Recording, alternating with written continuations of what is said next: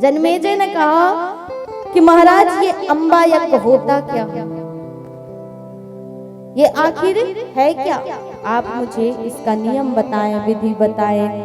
तब व्यास जी महाराज ने कहा कि यही प्रश्न एक बार मैंने नारद जी से किया था। तब नारद जी ने मुझे बताया था कि मैंने एक बार यही प्रश्न अपने पितामह श्री ब्रह्मा जी से किया था। तब मेरे पितामह ने मुझे बताया था कि पहले इस संसार में कुछ भी नहीं था, समस्त सृष्टि में जल ही जल था। तो भगवान ने सोचा एक हम बहुश्यामी, अर्थात मैं एक हूँ और एक से अनेक हो जाऊं। तो नारायण प्रभु ने, शक्ति ने तो अपनी शक्ति से इन्हें प्रकट कर दिया, लेकिन अब सृष्टि रचने की जिम्मेदारी थी ब्रह्मा विष्णु महेश में। यही सृष्टि का संचालन पालन और संहार करने वाले थे। तो श्री हरि ने सोचा कि एक को हम बहुश्यामी, मैं एक हूँ और एक से अनेक हो जाऊं। तो अपनी नाभि के तंतु से एक कमल प्रकट किया, उसमें मैं अर्थात ब्रह्मा प्रकट हो गया। अब मैंने सोचा कि मैं पता करूं मैं आया कहां से, लेकिन मैंने महाराज बड़ा प्रयास किया, ऊपर नीचे किया, लेकिन पता नहीं कर पाया कि मैं आया कहां से। तब मुझे दो शब्द सुनाई दिए, त और प, अर्थात तप करो तो पता चलेगा। मैंने 1000 वर्षों तक तपस्या की, तब आकाशवाणी हुई कि जाओ और सृष्टि करो। लेकिन अब सृष्टि करे कहाँ जब समस्त जगह जल ही जल, कछु समझ में ना आवे तो सृष्टि करें कहाँ से। तभी जो लीला हमने सुनाई थी ना, मधुकैटभ का भगवान ने उद्धार किया था, वहीं पर देवी प्रकट हुई थी और ब्रह्मा विष्णु महेश ने उनकी स्तुति की। तब देवी ने उन्हें उपदेश दिया कि जाओ तुम सृष्टि करो। तब हमने देवी से कहा कि हम सृष्टि तो करें, लेकिन कहां पर करें, जब पृथ्वी है ही ना है तो सृष्टि कहां पर करें। तब देवी ने एक विमान मंगाया और उसमें हम तीनों को कहा विराजमान हो जाओ। हम तीनों उस पर विराजमान हो गए। वो विमान उड़ता हुआ एक लोक में पहुंचा, ऐसा लोक मानो चारों तरफ सुंदर सुंदर वृक्ष हैं, सुंदर लताएं लटक रही हैं, सुंदर गौएं विचरण कर रही हैं, नर नारी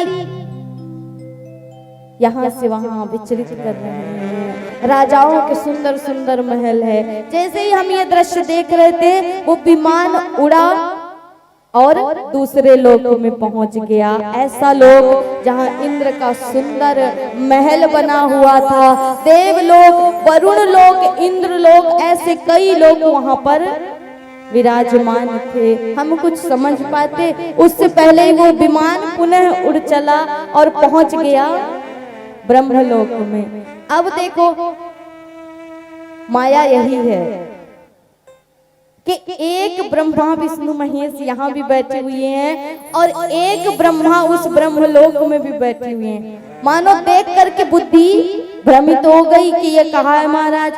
शिव ने और विष्णु ने हमारी तरफ देखा कि भगवान ये क्या है, अगर ये ब्रह्मा है तो आप कौन हो? बोले ये तो हम भी नहीं जानते, ये तो जानती है वो जगदम्बा।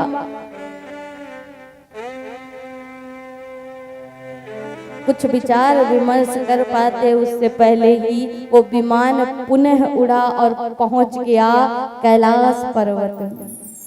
वहां भी एक भोलेनाथ और विराजमान थे, नंदी संगी उनकी सेवा में लीन थे, गणपति जय जयकार कर रहे थे। हमने ये दृश्य भी देखा और पुनः विमान उड़ा और पहुंच गया वैकुंठ धाम। ऐसी सुंदर शोभा उस वैकुंठ धाम की कि साक्षात इंद्र के उस इंद्र लोक में भी जो वैभव नहीं है, लक्ष्मी साक्षात नारायण प्रभु के चरण दबा रही है, ऐसा सुंदर वहां का वातावरण हमने देखा। और पुनः वो विमान उड़ चला उसी क्षण एक द्वीप पर। ये कौन सी द्वीप? जहां जगत जननी जगदम्बा विराजमान होती है, मणि द्वीप पर। मणिद्वीप पर ही जगत जननी का निवास स्थान है। हम उस स्थान पर पहुंचे, उस स्थान की कैसी शोभा। समस्त और नर नारी लगे हैं सेवा के लिए, नारियां ही नारियां हैं। देवी जगत जननी एक सुंदर स्वर्ण मंडित पलंग पर विराजमान है। ऐसी उनकी अद्भुत छटा है, कई कई उनकी भुजाएं, कई नेत्र हैं उनके, और ऐसा सुंदर स्वरूप है कि सृष्टि में आज तक वैसा स्वरूप हमने किसी का देखा ही नहीं। हमने जब उनको देखा तो हम भ्रमित हो गए, चकित हो गए, और एक दूसरे से कहने लगे कि ये कौन देवी है। तब विष्णु जी ने कहा कि यही है जगत की जननी जगदम्बा। नारायण प्रभु कि यही है इस जगत की नियंत्रा, जगत जननी जगदम्बा। हम देवी के समीप पहुंचे। अब देखिए मणिद्वीप एक ऐसी जगह है, दो ही स्थान ऐसे हैं जहां पुरुष नहीं जा सकते। एक तो हमारे ठाकुर जी की रास लीला मंच, जहां भगवान ने रास रचाया, भोलेनाथ को भी गोपी बना दिया।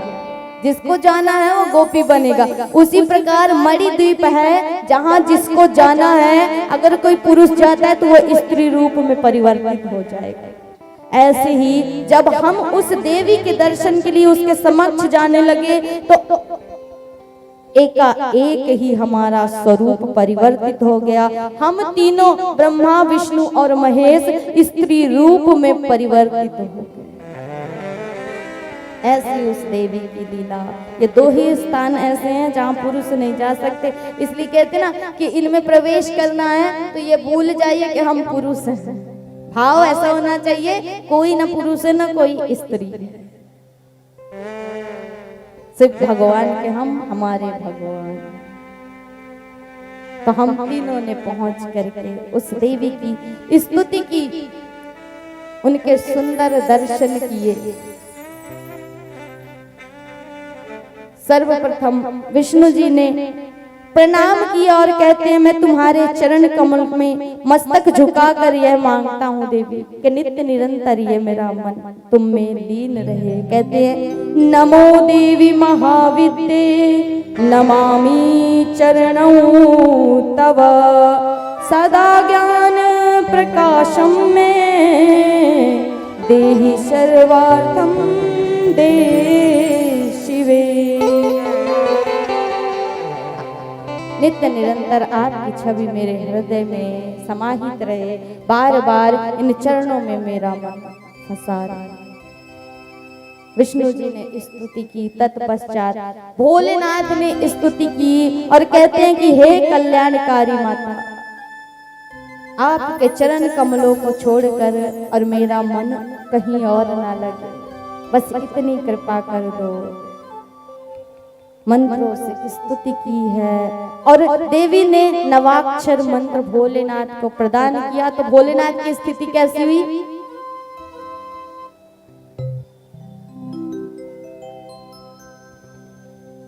मीराबाई की कैसी हुई थी भगवान को पाकर के?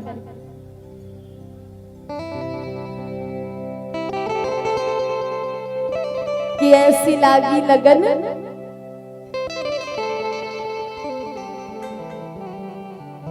शिव जी हो गए मगन। माता रानी के चरणों में ऐसा मन लगा कि फिर निकला ही नहीं। नवाक्षर मंत्र का उपदेश दिया। अब ब्रह्मा जी कहते हैं मैंने भी स्तुति की और स्तुति करके यही मांगा कि एक भौरा जिस प्रकार उस पुष्प की ओर हमेशा आकर्षित रहता है, वैसा ही ये मेरा मन आपके चरण कमलों में हमेशा मकरंद की भांति चिपका रहे। ऐसी मुझे कृपा दृष्टि दे दो, ऐसा मुझे वरदान दे। अंत में मैंने उन देवी से प्रश्न किया कि एक मेवा द्वितीयम ब्रह्म, अर्थात ये ब्रह्म और आप क्या अलग अलग है? ये ब्रह्म क्या है? तब देवी ने हमें बताया कि इस सृष्टि चराचर में जितना भी आपको जो कुछ भी दिखाई देता है वो मेरी ही शक्ति है। हमने बताया था ना परसों भी कि अगर किसी के शरीर में ताकत ना रह जाए तो कोई कहता है कि विष्णुहीन हो गया, ब्रह्माहीन हो गया।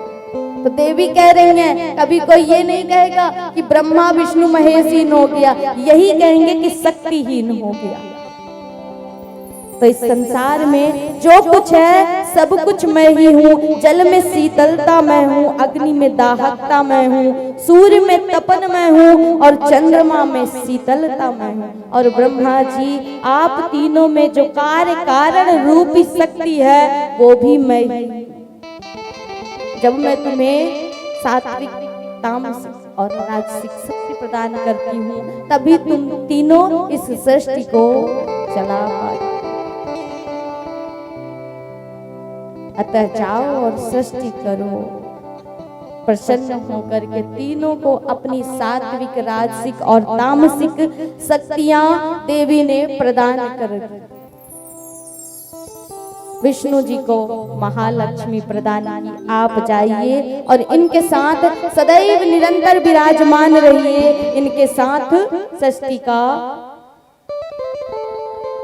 की उत्पत्ति करिए। ब्रह्मा जी को कहा कि ये महासरस्वती हमेशा आपके साथ राजसिक रूप में विराजमान रहेगी, आपके कार्य कारण में ये आपकी सहायता करेगी। और भोलेनाथ को दे दिया महाकाली, तामसिक शक्ति। जब समय आएगा ये सृष्टि का प्रलय कर देगी, उद्धार कर देगी। जब जब हो ही धर्म की हानि, बाढ़ रही असुर महाअभिमानी, तब तब धरि प्रभु विविध सरिया, हरहि कृपा निधि सज्जन प्रिय। तो जब जब धर्म की हानि होती है, हास्य होता है, तो यही महाकाली महेश में समा करके तामसिक रूप, अहंकार का, क्रोध का रूप जो होता है, इस गुण से इस सृष्टि में प्रलय ला देती।